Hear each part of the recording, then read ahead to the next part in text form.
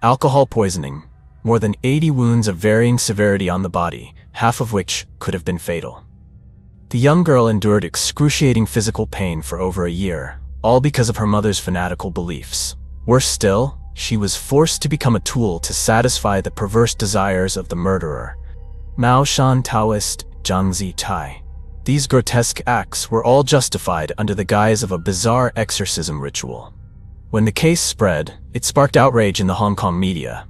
No one could believe that in the 21st century, such a mystically driven crime could still exist. Who was truly behind this horrifying tragedy? What drove the mother to assist in such a brutal ritual? Like and subscribe to the channel to uncover the chilling truth behind the case of Mao Shan Taoist Zhangzi Chai. Crime scene, Mong Kok, Hong Kong, one of the most bustling areas in the city. In a rundown apartment complex at 131 Lung Mei Tsuen in the heart of the city, one unit remained perpetually locked. A middle-aged woman living next door had repeatedly heard cries and piercing screams coming from that apartment late at night. At first, she assumed it was just family quarrels. But gradually, the sounds changed. They became agonizing groans, as if someone was being tortured. On a late August night in 2019, she heard an ear-splitting scream that suddenly fell silent. Days passed, and she heard nothing more. On September 2, 2019, the neighbor finally decided to call the police. Authorities rushed to the scene. The apartment was in complete darkness, its door locked from the inside. No one answered as the police knocked, but a faint, foul odor began seeping through the door cracks. A forceful kick broke the door open. Flashlights illuminated the living room. Right before them lay an eerie altar, cluttered with talismans, incense sticks scattered haphazardly, and a battered wooden statue.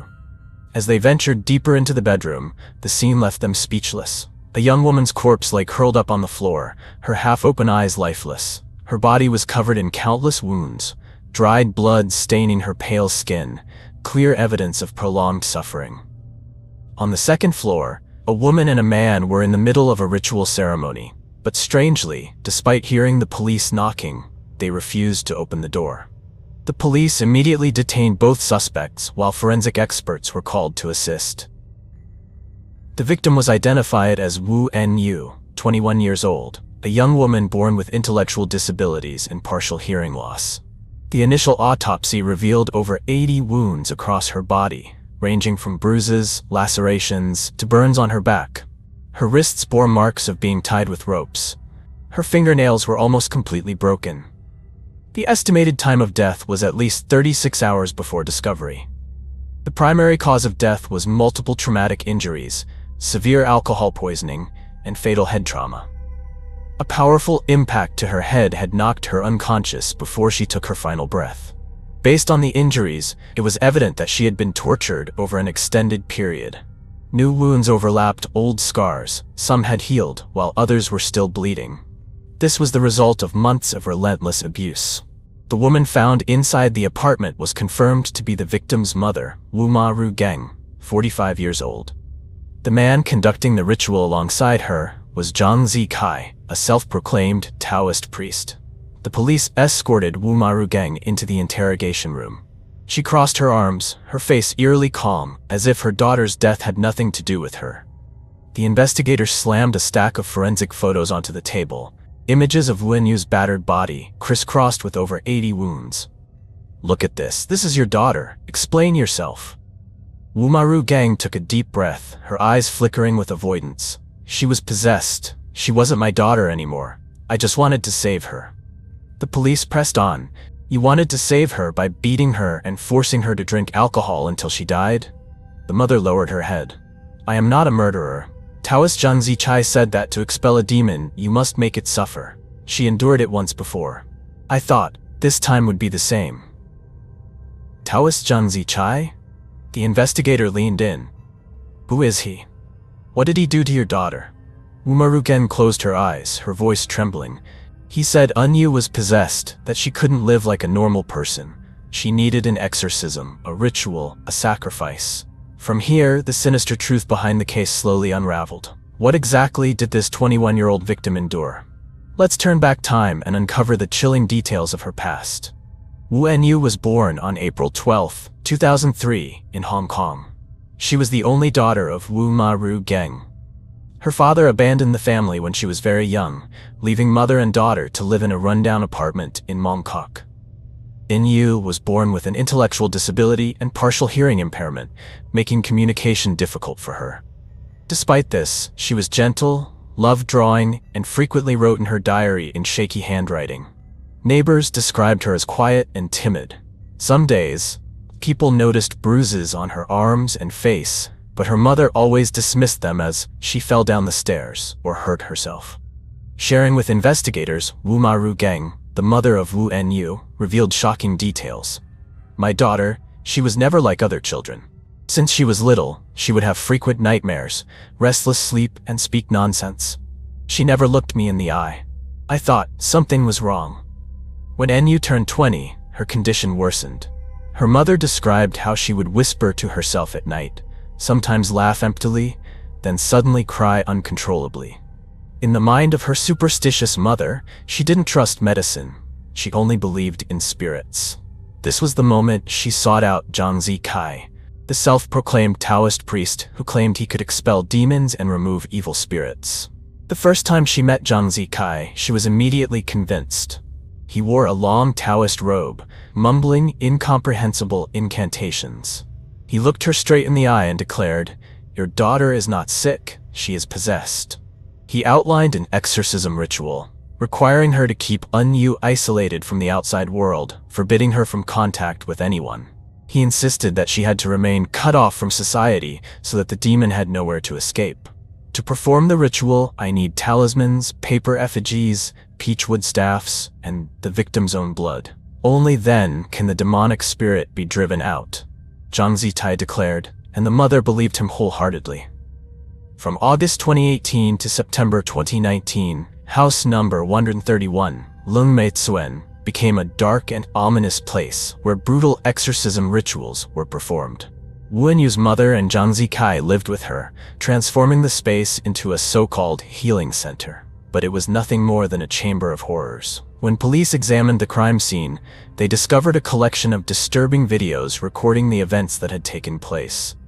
The shaky footage, dim candlelight flickering in the darkness, and monotonous chanting, interwoven with eerie sounds, painted a nightmarish picture. Many videos followed a repeating pattern. A robed Taoist sitting in the center, surrounded by talismans, peachwood staffs, red candles, and bowls of blood for ritual offerings. En-yu was tied to a bed, trembling. The confined space had been turned into a living altar. Later footage showed Wu En-yu's mother burning all of her daughter's clothes, scattering the ashes on the floor. Some recordings even captured Zhang Zichai violating the young woman, claiming it was part of a purification process. Other more horrifying videos revealed the ritual escalating to extreme levels. On a wooden table, ritual tools covered in talismanic symbols were prepared. Each object had a specific purpose, but they all targeted the lower half of the victim's body. The videos also showed acts of pain and suffering repeated over and over. Each time, the victim grew weaker.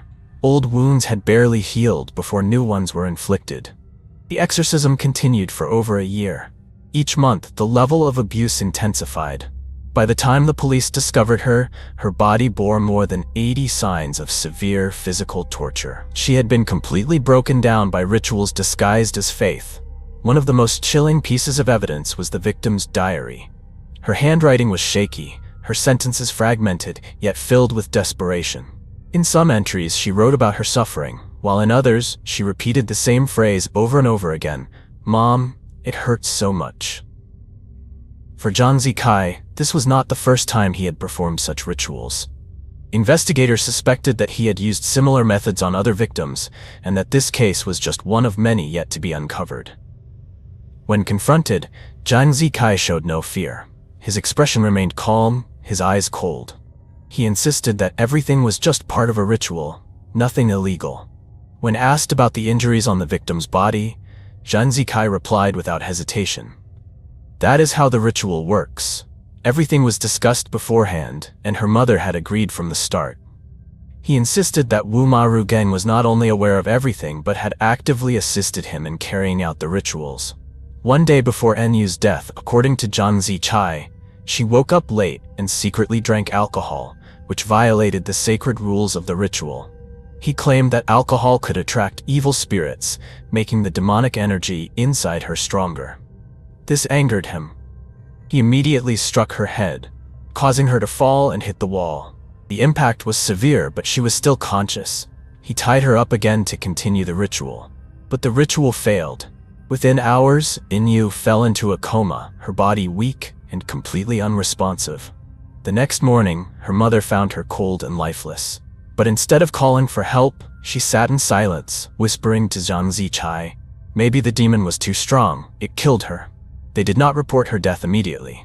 Instead, they continued performing exorcism rituals on her lifeless body, hoping that her spirit would leave peacefully. Only when her body began to decompose did the neighbors grow suspicious and alert the police, leading to a shocking investigation that exposed the truth. As investigators reviewed Zhang Zikai's statements, they realized the level of superstition involved in this case was extreme. But the biggest question remained. Did he truly believe in dark rituals, or was it just a facade to commit crimes and abuse victims? To answer this, the police dug deep into Zhang Zikai's past. He was born on March 5, 1967, in Shenzhen, China. He was a quiet, reserved child, but deeply fascinated by the supernatural. As a boy, he often followed Taoist street performers, observing their rituals and taking notes. From an early age, he was obsessed with books on feng shui, fortune-telling, and talismans. As an adult, Zhang Zichai studied at the University of Traditional Chinese Medicine, majoring in acupuncture and herbal medicine.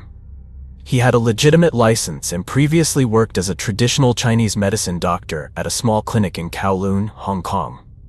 Zhang Zichai met Wu Maru Geng, the victim's mother, in 2016, through a colleague in the same field. This person had previously performed fortune readings for Wu Maru Geng and later introduced Zhang as a feng shui master. At first, Zhang Zichai only provided fortune readings, helping her calculate destiny charts and hone feng shui. However, over time, he manipulated her trust, instilling fear by convincing her that her daughter was possessed by an evil spirit. When police searched Zhang Zikai's residence at 17F Chengmei Building, Mongkok, they discovered a room filled with ritualistic objects.